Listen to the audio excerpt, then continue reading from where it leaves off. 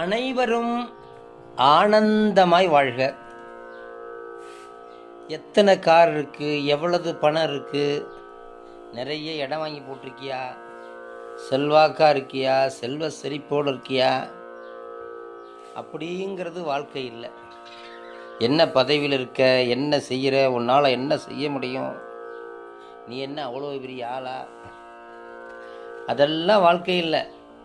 வாழ்க்கையில் நாம் நினைத்தபடி யாருக்கும் தொந்தரவு இல்லாமல் தன்னம்பிக்கையோடு வாழ வேண்டும். தனி மனிதனாக போகணும்.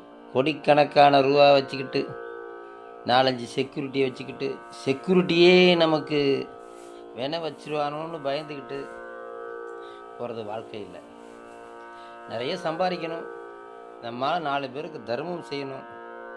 தனி மனிதனாக எங்கே வேணாலும் போயிட்டு வர்ற அளவுக்கு நிம்மதியான நேர்மையான வாழ்க்கையை வாழணும். அதுதாங்க வாழ்க்கை. அதை விட்டுட்டு வாழ்கிற வாழ்க்கையெல்லாம் வாழ்க்கையே இல்லை.